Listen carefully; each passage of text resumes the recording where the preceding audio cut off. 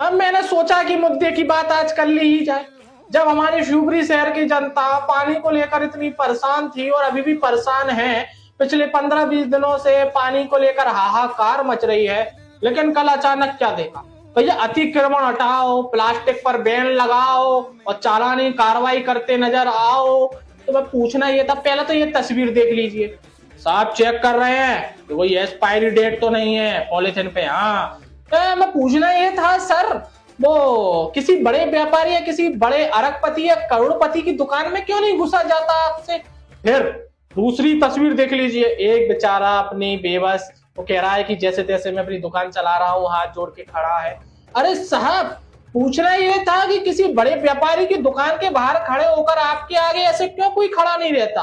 क्या चक्कर है? बड़े व्यापारी को तो मैंने आपको आज तक समझाते हुए देखा ही नहीं है।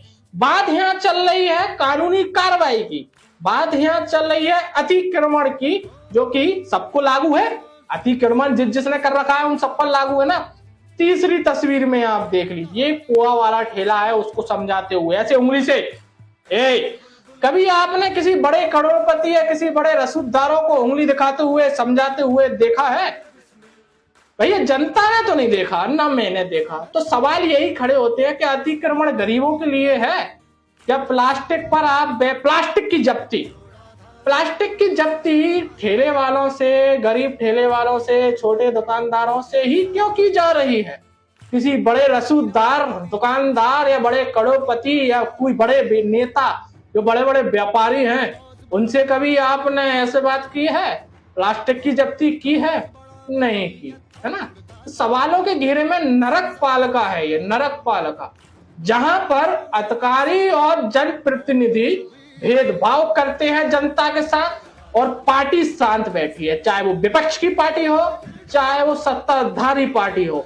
ये दोनों पार्टी शांत बैठी हैं और अब समझ में आ गई है कि सत्ताधारी पार्टी भी कुछ काम की नहीं है, क्योंकि जिन पर करोड़ों के घोटाले करने के आरोप लगे हैं और कुछ समय पहले भी एक कर्मचारी को प्रताड़ित करके उससे रिश्वत लेने का भी आरोप लगा था, जिसमें उन्होंने साफ साफ इनका नाम लिया था, तब भी इनका कुछ नहीं बिगड़ा।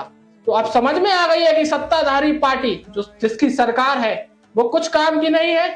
अधिकारी पावर में है, अधिकारियों को पकड़ है, अधिकारियों पर बड़ी पहचान है, बड़े नेताओं से संपर्क है, इसलिए वो अब तक बच के आ रहे हैं। नहीं तो अभी तक तो भैया शहर के ज्यादातर अधिकारियों का ट्रांसफर हो चुका है, लेकिन इनका ट्रांसफर नहीं हुआ। तो अब जनता इनसे परेशान है और आने वाले विधानसभा चुनाव और लोकसभा चुनाव में इसका नतीजा देखने को मिल सकता है।